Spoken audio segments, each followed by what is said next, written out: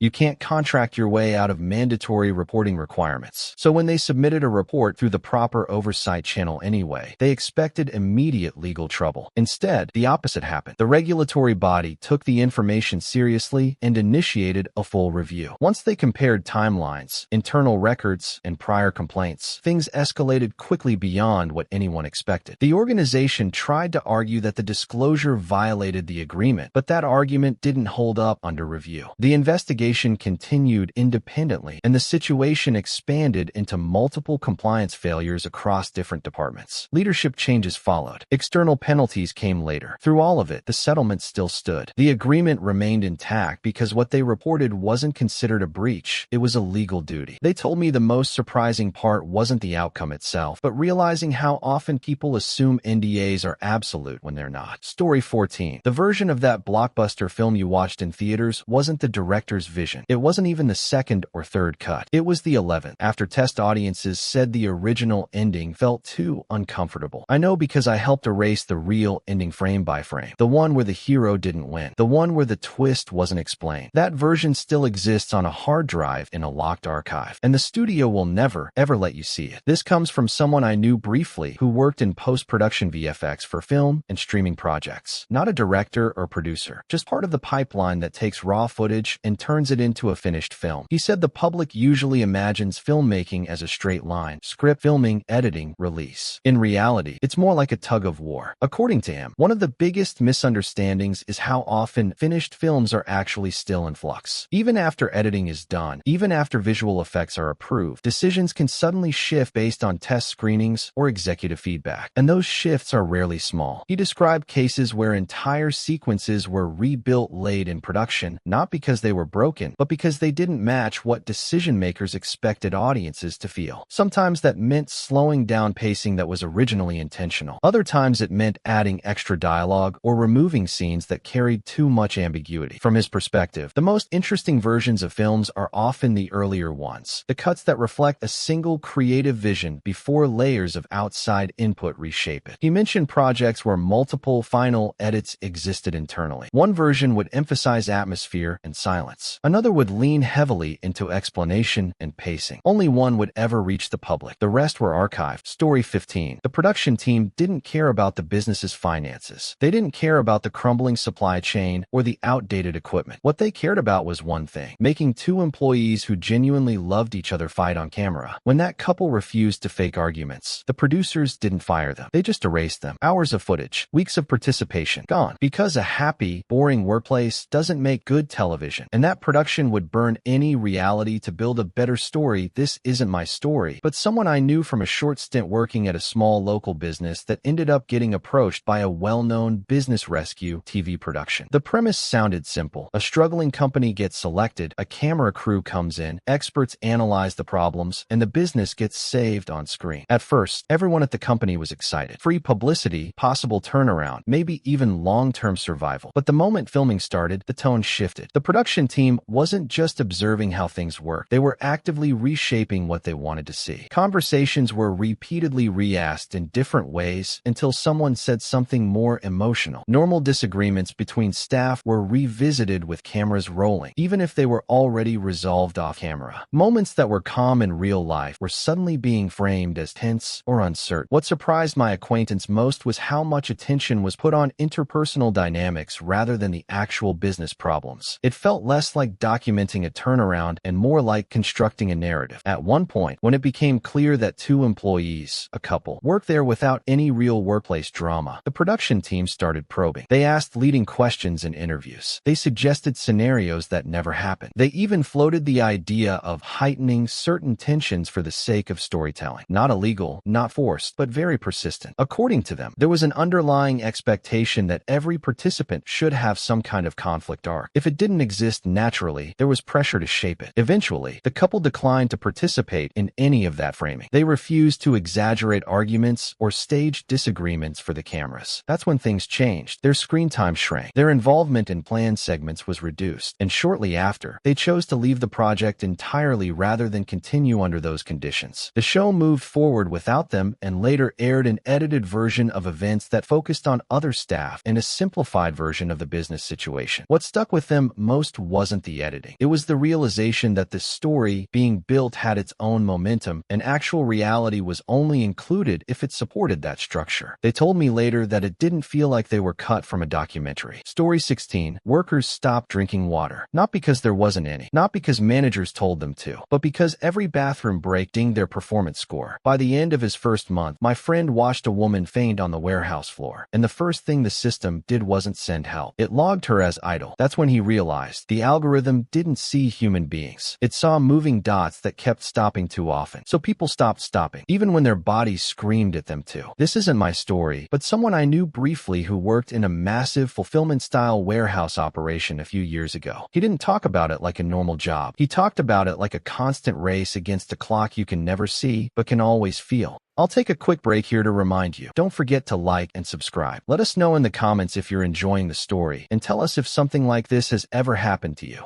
Everything in that environment was tracked. Movement, scanning speed, time spent away from assigned stations. Every task had a number attached to it, and every minute not directly contributing to those numbers quietly counted against you. Even basic human things became interruptions in the system. If you stepped away from your area for too long, it registered. If you were delayed by congestion between aisles, it registered. Even slowing down to recover for a moment after heavy work could be interpreted as inefficiency, depending on timing. Over time, people started optimizing their behavior not for comfort, but for survival inside the metrics. That's where he mentioned one of the strangest adaptations he'd ever seen in any workplace. Workers avoided leaving their stations whenever possible, even for basic needs, because stepping away triggered penalties in their tracking. Breaks were scheduled tightly, and anything outside that structure risked affecting performance scores. So people found ways to reduce interruptions entirely, not because it was encouraged, but because it was the only way to avoid falling behind the system. He described it as a place where time itself felt segmented into acceptable and unacceptable blocks, with very little room for natural human rhythm in between. What stood out to him most wasn't any single rule. It was how quickly people adapted. After a while, they stopped thinking in terms of comfort or fatigue and started thinking in terms of compliance with timing thresholds. He eventually left, not due to one dramatic event, but because the constant awareness of being measured every second made it feel like he was no longer just doing a job. He was being continuously evaluated as a machine component. Story 17. I took 200 calls about the exact same product failure. Same component, same break pattern, same frustrated customers. And every single time, my screen showed the same pre-written response. This is an isolated issue. We apologize for the inconvenience. 200 identical lies. Not because the company didn't know. They had internal reports proving it was a design flaw. But the script said isolated. So that's what I said. Every time. Until I couldn't say it anymore. This comes from someone I knew briefly who worked in outsourced customer support for a large consumer goods client. Not in the company itself, but handling incoming calls on their behalf. From the outside, the job seemed straightforward. Answer questions, troubleshoot issues, follow the script. But the script wasn't just guidance. It was control. He said every response was tightly standardized. If customers asked anything outside the approved information, they weren't allowed to speculate, investigate, or even acknowledge uncertainty. They had to stick strictly to pre-written language, even if it didn't fully match the question. What made it more unusual was how specific some of those instructions were. Certain product concerns were flagged as non-discussable. If callers brought them up, agents were required to redirect the conversation rather than engage directly. There were also known issues with some product components, small hardware elements that customers frequently called called about. Instead of acknowledging recurring defects, the official guidance treated each case as isolated and instructed agents to offer replacements without further discussion. He said the reasoning given internally was consistency: avoid misinformation, avoid liability, avoid confusion. But in practice, it meant avoiding certain truths entirely. Over time, he started noticing a pattern in the calls. Similar complaints would come in repeatedly, worded differently, but describing the same underlying issue. Yet the responses were always identical, regardless of how often it came up. What stood out most to him wasn't the customer's frustration. It was how quickly he and his co-workers adapted to compartmentalizing what they knew versus what they were allowed to say. Eventually, he left the role, but not because of a single incident, more because of the feeling that accuracy and honesty had been separated into two different categories, and only one of them was permitted in the job. He told me later that it changed how he listens to corporate messaging in general. Story 18. The villain wasn't supposed to turn back. Ever. No last-second hug. No tearful apology. No standing beside the hero in the final battle. According to the original plan, he was going to lose, completely, permanently, and alone. That script existed. Actors read it. Scenes were mapped around it. Then test audiences fell in love with the character. So the studio burned the ending, rewrote the entire third film in 9 months, and turned a statement about irreversible failure into a crowd-pleasing redemption arc. The actor reportedly found out the original ending existed after filming the new one. He never saw the version where he stayed bad. This isn't my story, but something I heard secondhand from someone who worked in post-production consulting during a major modern sci-fi franchise era. According to them, the early structure of the trilogy was actually much more rigid than people assume. There was a planned narrative arc across all 3 films, and elements of it were already visible in the earlier installments if you look closely at character positioning and foreshadowing. In that original framework, one of the central characters was intended to follow a fully committed antagonistic path. No redemption arc, no last-minute reversal, no softened ending. The idea, as it was described to him, was to explore the concept of a character who begins as redeemable in theory, but ultimately becomes a definitive failure of redemption in practice. This wasn't just a plot twist. It was supposed to be the emotional core of the trilogy's conclusion. Another main character's journey was designed around that failure, making it a thematic statement about limits, attachment, and personal boundaries. But as production progressed, external feedback started to influence direction. He described how audience reaction during the middle installment created pressure that wasn't originally part of the creative roadmap. Certain character dynamics became significantly more popular than expected, and internal discussions shifted toward preserving audience satisfaction rather than following the pre-established endpoint. At that stage, revisions began accumulating. He mentioned that by the time the final film entered development, multiple competing story outlines existed simultaneously, one continuing the original arc, and another restructuring character outcomes to align more closely with audience preference and franchise expectations. Eventually, the direction that emphasized the original planned ending was discarded in favor of a revised version. This resulted in major structural changes in the final installment, including altered character resolutions, compressed narrative arcs, and reinterpreted motivations that didn't fully align with earlier setup work. From his perspective, the most interesting part wasn't which version was better, but how late in the process such fundamental changes occurred. Entire thematic conclusions were replaced not at the writing stage, but after audience response had already reshaped priorities. He also hinted that some performers were aware of multiple possible endings during filming, and that different outcomes were actively discussed behind the scenes until very late production stages. He didn't frame it as drama or sabotage, just the reality of large-scale filmmaking where storytelling, branding, and audience reception all compete for control of the same narrative. Thanks for watching. Don't forget to like and subscribe. Got a story to share? Drop it in the comments, and let us know which one was your favorite.